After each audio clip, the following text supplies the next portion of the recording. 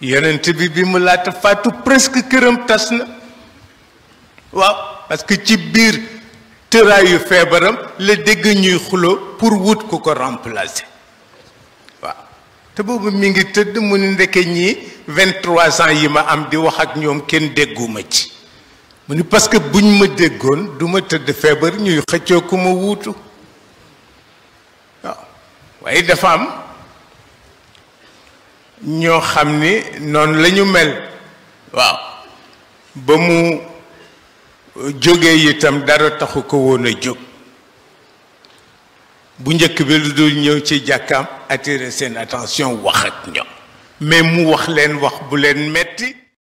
parce que daf leen wax ni mësuma woon yaakaar ni jikko jaahiliya des na ci yéen mais nii ngeen jëfandikoo moo ma woon ni jikko jaahiliya des na ci yéen parce que kenn ku nekk nga am kaala nga ko pour mu war a doon yonent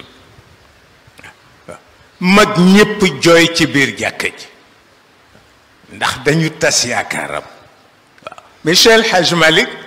demoon na bu wax ni am juróom-ñeent ñoo mën a waxal farata yombul ci kër gi waaw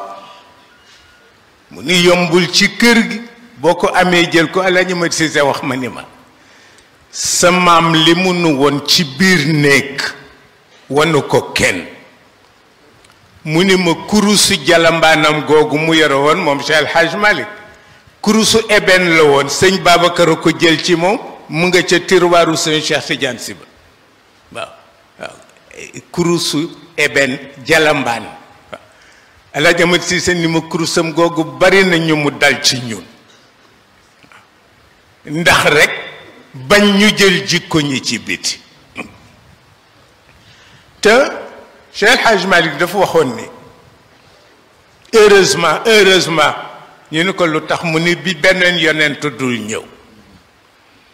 mu ni bu beneen yonent ñëwoon lu ñu mës a yekk peuple yu njëkk yi dinañ nu koy yekk ndax ni jikko yi yàqoo moom Cheikh El Hadj Malick waaw mu ni bu beneen yonent ñëwoon rek musiba am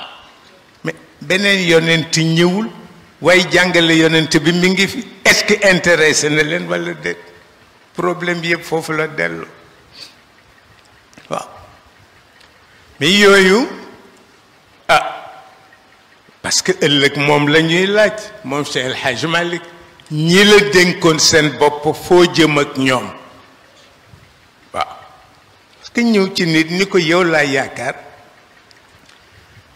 dénk ko sa bopp mais bu la mënalul dara na la yeewi waaw na la yeewi nga dem boo ko mënalul dara na la yeewi nga dem waaw ndax itam tardeel mukallaf xaram na